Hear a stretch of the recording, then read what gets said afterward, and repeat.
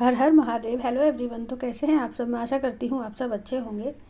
तो आज इस वीडियो में हम जानेंगे 16 सोमवार का व्रत हमें किस प्रकार से करना है। अगर आप पहली बार व्रत कर रहे हैं तो किस प्रकार से करना है और व्रत के नियम क्या हैं और हमें किन चीज़ों का विशेष रूप से ध्यान रखना चाहिए इस व्रत में।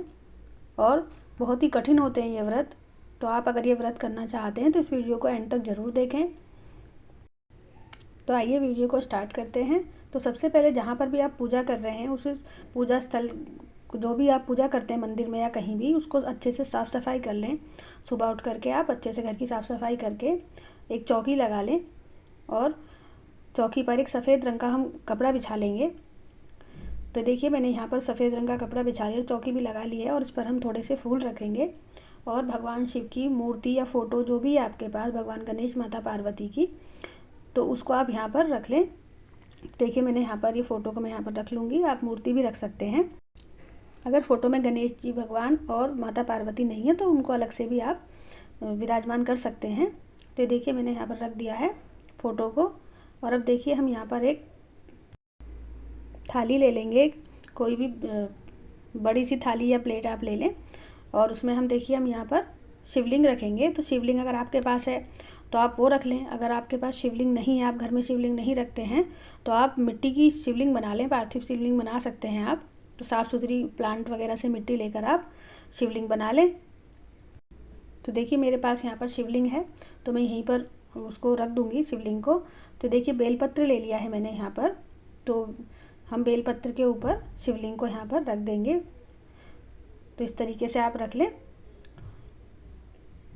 तो देखिए मैंने यहाँ पर, अब हम इसका अभिषेक करेंगे शिवलिंग का। तो शिवलिंग को रखने के बाद हम यहाँ पर अब दिया प्रज्वलित करेंगे। तो सबसे पहले कोई भी पूजा वगैरह आप करते हैं तो सबसे पहले आप दिया जला लें। तो दिया जो होता है हमारी पूजा का साक्षी होता है। तो देखिए मैंने यहाँ पर दिया जला लिया है और उसके बाद तो देखिए हम थोड़े से फूल और चावल हाथ में ले लेंगे और व्रत का संकल्प करेंगे। जैसे कि हम यहाँ पर 16 व्रत कर रहे हैं तो अब 16 व्रत का संकल्प करेंगे और भगवान से, भगवान भोलेनाथ, माँ पार्वती और भगवान गणेश से विनती करेंगे कि वो हमारे व्रत को पूर्ण बनाएं और हमारी पूजा में रही हुई कमियों के लिए हमें क्षमा करें। तो आप व्रत, जो भी आप व्रत कर रहे हैं या कर रही हूँ, आप बोलकर उन फूल और चावल को भगवान के चरणों में हम छोड़ देंगे। तो देखिए हमने यह संकल्प कर लिया है। अब आइए हम शिवलिंग का अभिषेक करेंगे। देखिए गंगा जल मिलाकर जल में हम शिवलिंग का अभिषेक करेंगे। तो देखिए मैंने यहाँ पर पहले पानी से अभिषेक कर लिया है। अब हम कच्चे दूध से शिवलिंग का अभिषेक करेंगे और वापस से पानी से अभिषेक करेंगे। तो इस प्रकार से हमें शिवलिंग का अभिषेक करना होता है। तो देखिए अब शुद्ध जल से अच्छे से, तो इस तरीके से आप अभिषेक कर लें। आप मिट्टी की शिवलिंग बना रहे हैं तो आप उससे भी पूजा कर सकते हैं। तो देखिए अब हम चंदन से टीका करेंगे शिवलिंग का। तो भगवान शंकर को चंदन से ही टीका किया जाता है, सिंदूर बिल्कुल भी नहीं लगाया जाता है उनको।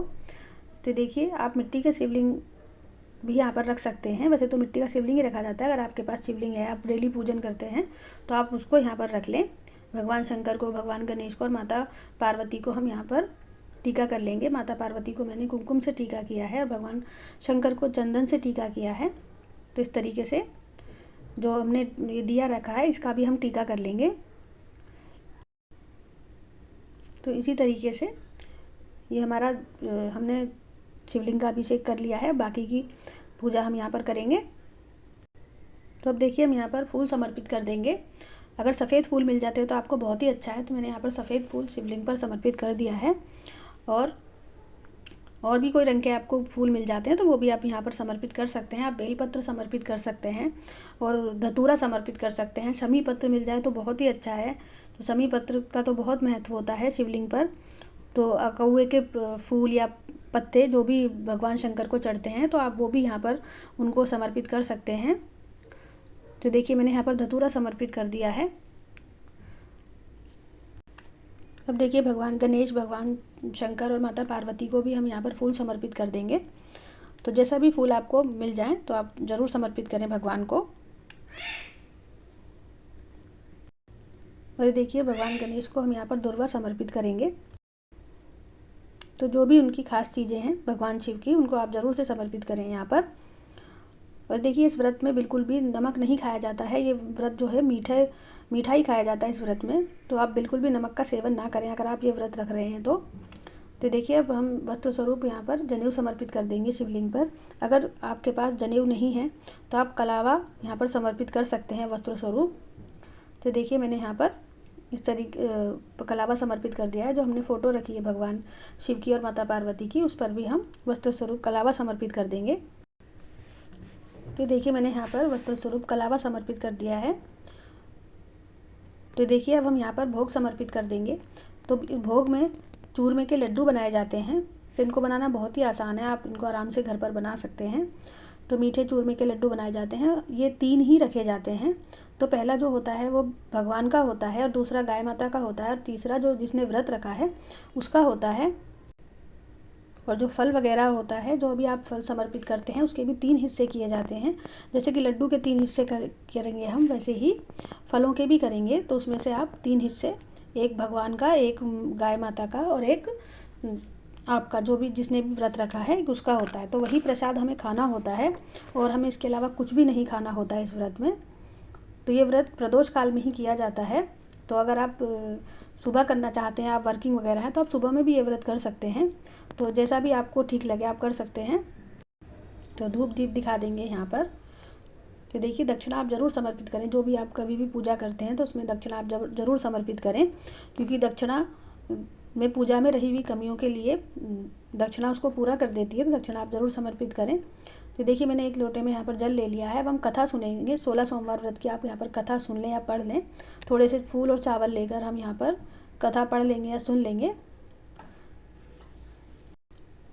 सोमवार को भगवान शिव का शुभ दिन कहा जाता है। इस दिन भक्त भगवान से आशीर्वाद और वरदान पाने के लिए शिव मंदिरों में जाते हैं। बता दें कि भगवान शिव को भक्तों के जीवन से बड़ी कठिनाइयों को दूर करने के लिए माना जाता है। तो देखिए मैंने यहाँ पर जो फूल और चावल लिए थे उनको हम भगवान के आगे छोड़ देंगे, थोड़े से जल के लोटे में डाल देंगे। अगर आप ये पूजा सुबह में कर रहे हैं तो आप सूर्य देव को अर्घ दे दें, जो जल का लोटा है। अगर आप शाम को कर रहे हैं तो आप ये चंद्रदेव को अर्घ दे दें। तो देखिए अब हम आरती कर लेंगे। जो दिया हमने यहाँ पर रखा है इसी से हम आरती कर लेंगे। अविवाहित महिलाएं भगवान शिव को प्रसन्न करने के लिए 16 सोमवार का व्रत रखती हैं, ताकि उन्हें भगवान शिव जैसा जीवन साथी मिले। साथ ही जिन लड़कियों को शादी में देरी हो रही है उन्हें भी यह व्रत रखते देखा है। यह व्रत सावन के पहले सोमवार से शुरू किया जा सकता है। आप इसको सावन में भी आप 16 सोमवार का व्रत कर सकते हैं। कार्तिक माह में भी आप 16 सोमवार का व्रत शुरू कर सकते हैं। तो जब 16 सोमवार का जब आप व्रत रख रहे हैं तो अगर आप शाम को पूजन करते हैं तो सुबह जल्दी उठकर स्नान आदि करके आप नॉर्मली आप मंदिर में अपनी पूजा वगैरह कर लें, और शाम को चौकी लगाकर आप पूजन कर सकते हैं। वैसे तो नियम अनुसार भगवान शिव का प्रदोष काल में ही पूजन किया जाता है 16 सोमवार का। आइए अब जानते हैं इस व्रत के नियम क्या हैं और हमें किस प्रकार से करना है। इस व्रत का पहला नियम है कि व्रत करने वाले का हृदय शुद्ध और भक्ति भाव से भरा हो। व्रत का दूसरा नियम है व्रत वाले दिन सूर्योदय से पहले उठकर स्नान करें। स्नान वाले पानी में थोड़े से काले तिल डाल लें। और तीसरा नियम है शिवलिंग। तो जब भी आप शिवलिंग का अभिषेक कर रहे हैं तो आप पहले जल से गंगा जल मिलाकर जल से अभिषेक करें, दूध से अभिषेक करें। आप पंचामृत से भी अभिषेक कर सकते हैं, आप शहद चीनी से भी अभिषेक कर सकते हैं। और चौथा नियम है कि हर सोमवार को पूजा का एक ही समय रखना चाहिए। अभिषेक करने के दौरान महामृत्युंजय का जाप आप कर सकते हैं। और अगला नियम है जो अभी आप प्रसाद चढ़ा रहे हैं उसको पहले ही बनाकर रख लें, और प्रसाद में कोई बदलाव नहीं करना है हमें। तो ये थे व्रत के नियम। और जब देखते हैं हमने जो प्रसाद वगैरह चढ़ाया इसका हमें क्या करना है। तो देखिए मैंने जो जल का लोटा रखा है इसको आप सुबह पूजा कर रहे हैं तो सूर्य देव को अर्घ दे दें, और शाम को कर रहे हैं तो आप चंद्र देव को अर्घ दे दें।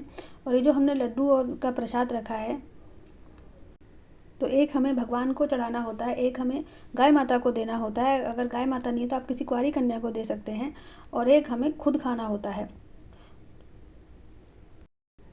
तो ये व्रत बहुत ही कठिन होते हैं, और जो प्रसाद है इसके भी हमें 3 हिस्से करने हैं। तो यही प्रसाद हमें खाना है और इसके अलावा हमें कुछ भी नहीं खाना होता है। तो ये जो व्रत है हमें 16 सोमवार तक लगातार रखने होते हैं। बीच में हमें व्रत बिल्कुल भी स्किप नहीं करना है, तोड़ना नहीं है। अगर आप व्रत नहीं कर पा रहे हैं, आपको मंथली प्रॉब्लम है, जो भी कुछ परेशानी है, तो आप किसी और से पूजा करा लें। आप मन ही मन भगवान का स्मरण करें, भगवान शिव, माता पार्वती, भगवान गणेश का। आप सिर्फ पूजा की चौकी वगैरह को ना छुएं, आप दूर से स्मरण करें। पूजा आप घर में किसी से करा सकते हैं। तो आपको लगातार ये व्रत रखने हैं, बीच में बिल्कुल भी नहीं तोड़ना है। तो इस तरीके से व्रत रखे जाते हैं और बाद में हमें 16 सोमवार उद्यापन करना होता है। ध्यान रखें कि पूजा के बाद आपको पूरे दिन उपवास रखना होगा। आप अपने रोजाना के काम कर सकते हैं। अगर आप कामकाजी महिला हैं तो आप पूजा के बाद ऑफिस वगैरह जा सकते हैं। शाम के समय मूर्ति के सामने दीपक जलाएं और भगवान शिव को कुछ प्रसाद चढ़ाएं। तो जैसी भी पूजा की मैंने आपको बताई है, और आप जिस तरीके से भी आप पूजा करते हैं उस तरीके से आप पूजा कर लें। और देखिए, अगर आप मिट्टी की शिवलिंग बनाई है आपने, तो उसको आप किसी साफ़ सुथरे प्लांट में डाल दें। जो सारी हमने फूल वगैरह हैं, जो भी सामग्री है, उसको एक पानी के बर्तन में भरकर रख दें। तो वो मिट्टी का जो शिवलिंग है वो आप अपने आप ही उसमें घुल जाएगा। और आप बाद में उसको किसी प्लांट वगैरह में, तुलसी के प्लांट को छोड़कर आप किसी भी प्लांट में उसको डाल सकते हैं। अगर आपके अपनी शिवलिंग है आपकी, अगर आपने नॉर्मल शिवलिंग रखी है, तो आप ये जो पानी है हमें इसको हम किसी प्लांट में डाल देंगे। फूल वगैरह जो हमने रखे हैं, तुलसी के प्लांट में हमें बिल्कुल भी नहीं डालना है।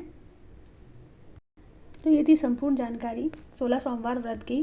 तो आपको मेरी वीडियो कैसी लगी मुझे कमेंट करके ज़रूर बताएं। अगर मेरी वीडियो आपको थोड़ी भी अच्छी लगी तो प्लीज़ मेरी वीडियो को लाइक करें, शेयर करें, कमेंट करें, और प्लीज़ मेरे चैनल को सब्सक्राइब करना ना भूलें। अगर आप मेरे चैनल पर नए हैं तो फटाफट से मेरे चैनल को सब्सक्राइब कर दें। बराबर में लगे बेल आइकन को भी आप प्रेस कर दें, ताकि आने वाले वीडियो का नोटिफिकेशन आपको मिल जाए। तो मिलते हैं और ऐसे ही किसी ज्ञान से जुड़े वीडियो में। हर हर महादेव।